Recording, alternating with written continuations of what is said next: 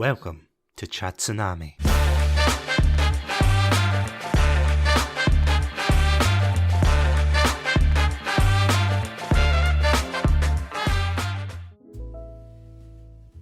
I think it's safe to say that we've all gone through moments in our lives where we just want to start over and search for something better. With the rise of nightmarish news bombarding us 24/7, it's no surprise that many seek better opportunities elsewhere. While I would never discourage anyone from seeking better things, sometimes it could just be a simple case of the grass being greener on the other side. Because for all the hardships of the world, there are also slivers of goodness that we can seek out. The reason I bring this up is because a few weeks ago, I found myself within the heart of Barcelona, a beautiful city with a rich Catalonian culture around every turn. After feeling burnt out at home, it was definitely the break I needed, leading me to the usual haunts of a tourist, from its cathedrals to historical buildings. But one particular place that left me pondering was the world-famous Sagrada Familia, and while I'm sure the scaffolding there has been there long enough to warrant a papal blessing, it was an architectural marvel to behold. Designed by the famous Catalan architect Antoni Gaudí in 1926, his influence can be seen everywhere as he blended concepts of nature with his designs. To see it in pictures does it a disservice, and if given the opportunity, you should definitely go while you can. But as I sat there within the holy walls of the basilica, something stood out to me as I listened to the audio guide. It was emphasised that no matter who you were or where you came from, all would be welcomed here. But unlike other cathedrals I'd been to in the past, the Sagrada Familia felt intrinsically linked to Gaudí. It wasn't just a place of worship, it was a place of belonging, a great social equaliser where all would be embraced with open arms. Not literally, of course, unless you forgot to take your phone out of your pocket at the security checkpoint. But the further I ventured through the basilica, the more I struggled to separate the art from the artist. It wasn't just the Sagrada Familia, it was Gaudí's Sagrada Familia.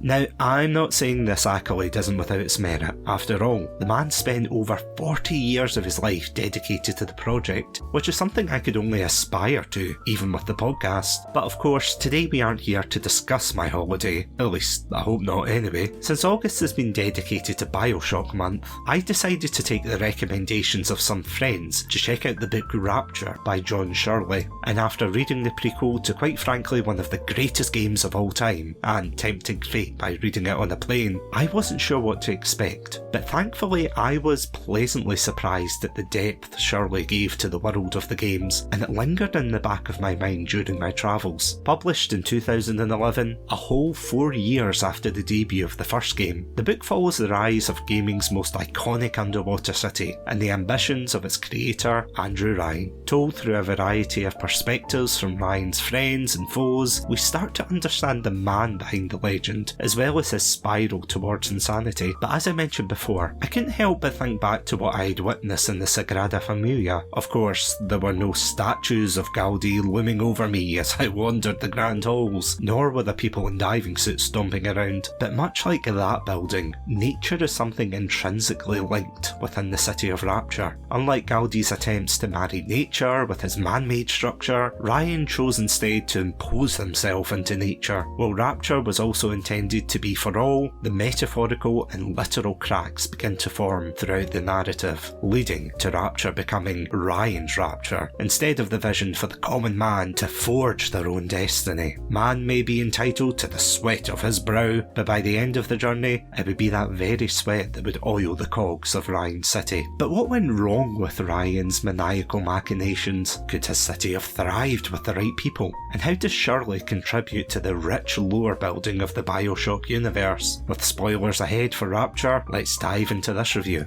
Straight off the bat, what I love about this book is that it doesn't just leap head first into Rapture just coming into existence, but instead tries to at the very least rationalise the lead up to it. The first chapter opens from the perspective of Sullivan, bodyguard to the great man, aka Andrew Ryan, which tells us everything about how people view Ryan outside of his own egotistical bubble. The straw that breaks the sea slug's back, however, is of course when Ryan receives intelligence about the Americans dropping nuclear weapons sanctions on Japan towards the end of the Second World War. Of course, I can't blame him for being convinced that the world would go up in a fiery nuclear blaze. While I wish I could say we've moved past that point, sadly I don't think we have. It is here where Ryan starts to recruit his most trusted of people to help create the city of Rapture, and also where you get to see his charisma in full swing. I don't think I'd ever be able to convince anyone to go to the shop successfully, let alone an underwater city, but the book makes a point of highlighting how, again, no pun intended, enraptured everyone is with the concept. And it's here where we meet quite possibly one of my favourite characters in the book. Bill McDonough begins his story as a humble English plumber who moves to America with one bad turn after the other. It's not until Ryan sees his honesty and dedication to hard work that he inadvertently gets sucked into helping to create Rapture. Initially, Bill thinks of Ryan as a crackpot trying to flirt with him, something I must say reminded me of that one exchange in The Simpsons between Homer and Mr. Burns. And if you scratch my back, I'll scratch yours. Wait a minute, is he coming on to me? I mean, if I should slip something into your pocket, what's the harm? Oh my god, he is coming on to me. After all, negotiations make strange bedfellows. But I will admit, I was thoroughly hooked into the friendship that the two of them had. What is also interesting to note is how Shirley portrays the contrast between Ryan's blind faith in people he enlists the help of versus the opinions of those around him. One such instance is our introduction to the terrifying thespian himself, Sander Cohen, where Bill immediately finds something off-putting about him, but defers to Ryan's judgment. Keep this in mind, as this is something that will continuously reoccur throughout the book. As the story progresses, we see how close the duo become, as we even get a scene where Bill nearly sacrifices himself saving Ryan when the tunnel becomes compromised and cracks under the pressure. I'm sure there's a metaphor in there somewhere, but I'll let you decide that one. And for a brief moment, I was somewhat hopeful for this new endeavour of Ryan's, that maybe somehow humanity's best and brightest would forge a new world. At least, that is until the arrival of the one and only sleazy conman himself, Fontaine, the name pending of course, who catches wind of Rapture and manages to weasel his way into the society as nothing more than a humble fisherman.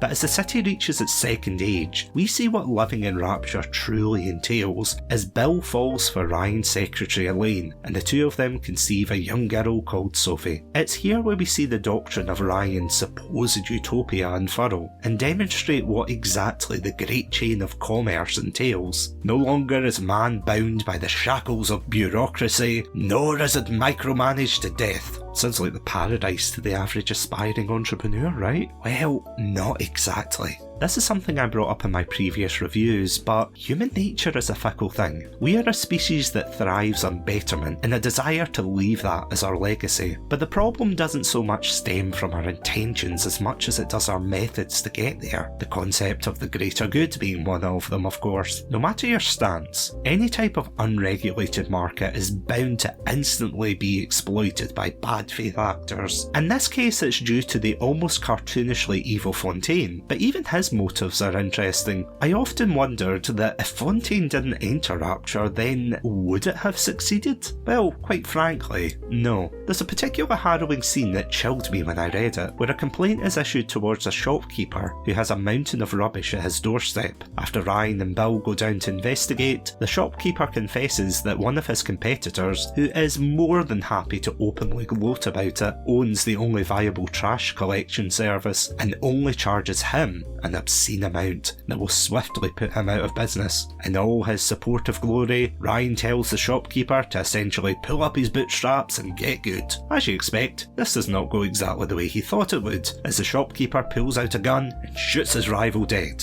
before shooting himself. It is an overt critique of how the poor are viewed in Rapture. The situation only rapidly declines with the introduction of staple game mechanic plasmids, which give the people of Rapture superhuman abilities, while simultaneously corrupting their minds. By the time the third age of Rapture arrives, we witness the inevitable fall of such a society, rampant with exploitation, fear, and paranoia. Those Andrew Ryan feared the most are already exploiting the system, creating a 3 three-way grab for power between himself, the treacherous Fontaine, and the sinister Sophia Lamb. The only minor nitpick I would levy against this part of the book is just how rushed it feels. Not so much a fault of Shirley's himself, but more of an expectation for you to know what's going on in the background at some parts based on the games. And while I feel that's a valid expectation, I could understand why some may feel this part of the book barrels through towards the events of the first and second game rather than taking it slow. One of the main examples I can think of off the top of my head is when Sophia Lamb gets arrested, and as the reader/player, bar one or two scenes in Persephone, which is of course the jail that Sophia is held in, it's left to the player to know what exactly happened based on playing Bioshock 2.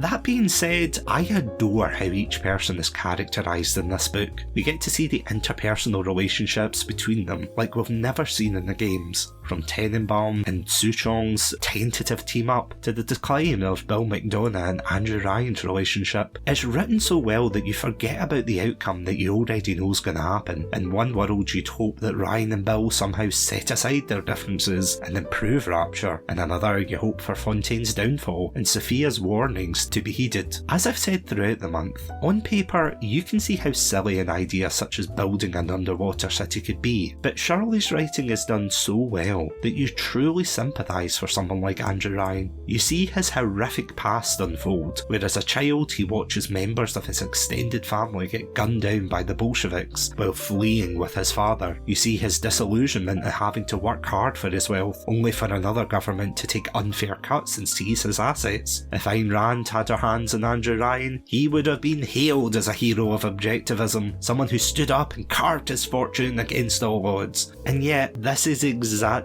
the type of thinking that sucked so many souls into Rapture in the first place. Not everyone can be Andrew Ryan. Someone has to pick up the manual work that others do not want to do, a concept that even conmen like Fontaine pointed out. These sad saps. They come to Rapture thinking they're gonna be captains of industry. But they all forget that somebody's gotta scrub the toilets. Obviously, there are more nuances to this whole topic, but the fact is that Ryan acts almost like a child in charge of a game who gets grumpy at anyone who dares deviate from the rules. Without regulations or a safety net to fall back on, the denizens of Rapture, unfortunate enough to be in this situation, will remain disenfranchised and feel hopeless. And where do they go then, but into the arms of the Rapture family, or to fight for Atlas? I think one of the most heartbreaking things about this book is watching the dream of Rapture crumble before your eyes in real time. It's not done through some immediate grand event that shattered the illusion of peace, but instead small ones that accumulate. From failing businesses to the introduction of contraband, even Bill begins to waver in his belief in the once great man that Ryan claimed to be. And once he falls in love and has Sophie, you immediately know where things are headed should they remain down there. Without spoiling the ending, it's like watching a car crash unfold in slow motion. You can see what's about to happen a mile off, as family man and plumber extraordinaire Bill was conscripted into becoming a constable to help fight against the wave of crime left behind by Fontaine and splicers alike. And with no literal escape plan, there are hundreds of others in the same situation who become victims of circumstance, all for the pursuit of wealth. The Little Sisters are a key example of this as well, but you don't have to listen to me tell you how messed up that entire concept is to begin with, so I'll let this clip from Monsters Inc. summarise it. But kidnapping children? I'll kidnap 1,000 children before I let this company die. The story of Rapture is a tale of hubris. It is one where a single man's vision to run the world in his own way turns into the very thing he was fleeing from. And yet, it's not too dissimilar to our own world, minus your neighbour climbing the walls to get the morning paper hopefully. But joking aside, we are told by different people how their vision of the world would be better and are blindly followed with the promise of, well, can't get any worse. A good friend once told me that in life, if you're unable to make the world a better place, then at the very least do not contribute to the negativity of it all. And while Andrew Ryan and his merry band were no doubt enamoured by this prospect of becoming the pioneers of a better world, their flawed vision on how to achieve that was ultimately their downfall. Normally tie-in books for games are a hit or a miss, but much like Mass Effect and Annihilation, this is one that you should definitely read if you're a Bioshock fan. While there are minor moments here or there that can be nitpicked, it is one that does its job masterfully and is worthy of all the praise. But what did you think of Bioshock Rapture? Was it salvation for the series, or was it better left at the bottom of the ocean? Feel free to reach out and let me know. But as always, thank you all so much for listening to this episode of Chatsu Shorts. If you want to listen to more episodes of Bioshock Month, then you can check us out at our website, Satsunami.com, as well as all good podcast apps. I also want to thank our amazing Pandalorian patrons, RoboticBattleToaster, Sonia, Ghosty, and Cryptic1991. Thank you all so much for supporting the show. And if you would like early access to episodes, exclusive content, commentary tracks, and so much more, then you can check us out at our Patreon page, patreon.com/Chatsunami. This podcast is of course a member of the PodPack Collective. For more information, check us out at our Twitter/X page, PodPack Collect. But until next time, thank you all so much for listening. Stay safe, stay awesome, and most importantly, stay hydrated.